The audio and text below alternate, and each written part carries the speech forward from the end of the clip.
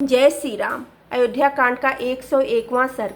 श्री राम का भरत से वन में आगमन का प्रयोजन पूछना, भरत का उनसे राज्य ग्रहण करने के लिए कहना और श्री राम का उसे अस्वीकार कर देना। लक्ष्मण सहित श्री रामचंद्र जी ने अपने गुरु भक्त भाई भरत को अच्छी तरह समझाकर अथवा उन्हें अपने में अनुरक्त जानकर उनसे इस प्रकार पूछना आरंभ किया। भाई, तुम राज्य छोड़कर वल्कल कृष्ण मृग चर्म और जटा धारण करके जो इस देश में आए हो, इसका क्या कारण है? जिस निमित्त से इस वन में तुम्हारा प्रवेश हुआ है, यह मैं तुम्हारे मुख से सुनना चाहता हूँ। तुम्हें सब कुछ साफ साफ बताना चाहिए। कुकुत्थवंशी महात्मा श्री रामचंद्र जी के इस प्रकार पूछने पर भरत ने बलपूर्वक आंतरिक शोक को दबाकर पुनः हाथ जोड़कर इस प्रकार कहा।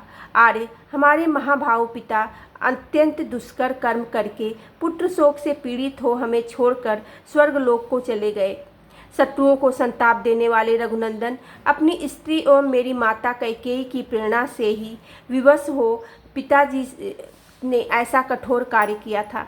मेरी माँ ने अपने सुवश को नष्ट करने वाला यह बड़ा भारी पाप किया है, अतः वह राज्य रूपी फल न पाकर विधवा हो गई। अब मेरी माता शोक से दुर्बल हो महाघोर नरक में पड़ेंगी। अब आप अपने दास स्वरूप मुझ भरत पर कृपा कीजिए और इंद्र की भांति आज ही राज्य ग्रहण करने के लिए अपना अभिषेक कराइए। ये सारी प्रकृतियाँ और सभी माताएं, विधवा माताएं आपके पास आई हैं। आप उन सब पर कृपा करें। दूसरों को मान देने वाले रघुवीर, आप ज्येष्ठ होने के नाते राज्य प्राप्ति के क्रमिक अधिकार से युक्त हैं। न्यायतः आपको ही राज्य मिलना चाहिए। अतः आप धर्मानुसार राज्य ग्रहण करें और अपने सुहृदयों को सफल मनोरथ बनाएं। आप जैसे पति से युक्त हो, यह सारी वसुधा वैधव्य रहित हो जाए और निर्मल चंद्रमा से सनात हुई शरत काल की रात्रि के समान शोभा पाने लगे। मैं उन समस्त सचियों के साथ आपके चरणों में मस्तक रखकर यह याचना करता हूँ कि आप राज्य ग्रहण करें। मैं आपका भाई, शिष्य और दास हूँ, अतः आप मुझ पर कृपा करें। पुरुष सिंह, यह सारा मंत्रिमंडल अपने यहाँ कुल परंपरा से चला आ रहा है। ये सभी सचिव पिताजी के समय से भी थे। हम सदा से इनका सम्मान करते आए हैं, अतः आप इन्हीं की प्रार्थना न ठुकराएं। ऐसा कहकर कैकेयी पुत्र महाभाव भरत ने नेत्रों में आंसू बहाते हुए पुनः श्री रामचंद्र जी के चरणों से माथा टेक दिया। उस समय वे मतवाले हाथी के समान बारंबार लंबी सांस खींचने लगे। तब श्री राम ने भाई भरत को उठाकर हृदय से लगा लिया और इस प्रकार कहा।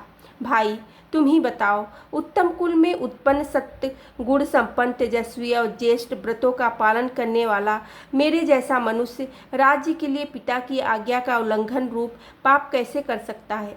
शत्रुसूदन, मैं तुम्हारे अंदर थोड़ा सा भी दोष नहीं देखता। अज्ञानवश तुम्हें अपनी माता की भी निंदा नहीं करनी चाहिए। निष्पाप महाप्राज्ञ गुरुजनों का अपनी अभीष्ट स्त्रियों और प्रिय पुत्रों पर सदा पूर्ण अधिकार होता है। वे उन्हें चाहे जैसी आज्ञा दे सकते हैं। सौम्य माताओं सहित हम भी इस लोक में ज्येष्ठ पुरुषों द्वारा महाराज के स्त्री पुत्र और शिष्य कहे गए हैं, अतः हमें भी उनको सब तरह की आज्ञा देने का अधिकार था। इस बात को तुम भी समझने योग्य हो। सौम्य महाराज मुझे वल्कल वस्त्र और मृग चर्म धारण कराकर वन में ठहरावें अथवा राज्य पर बिठावें, इन दोनों बातों के लिए वे सर्वथा समर्थ थे। धर्मज्ञ धर्मात्माओं में ज्येष्ठ भरत मनुष्य की विश्ववंद पिता की में जितनी गौरव बुद्धि होती है, उतनी ही माता में भी होनी चाहिए।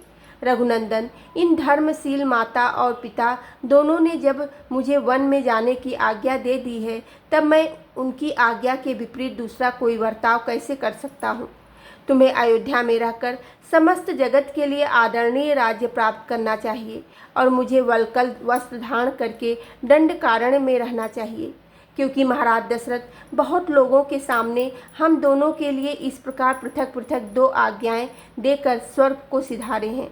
इस विषय में लोक गुरु धर्मात्मा राजा ही तुम्हारे लिए प्रमाणभूत हैं।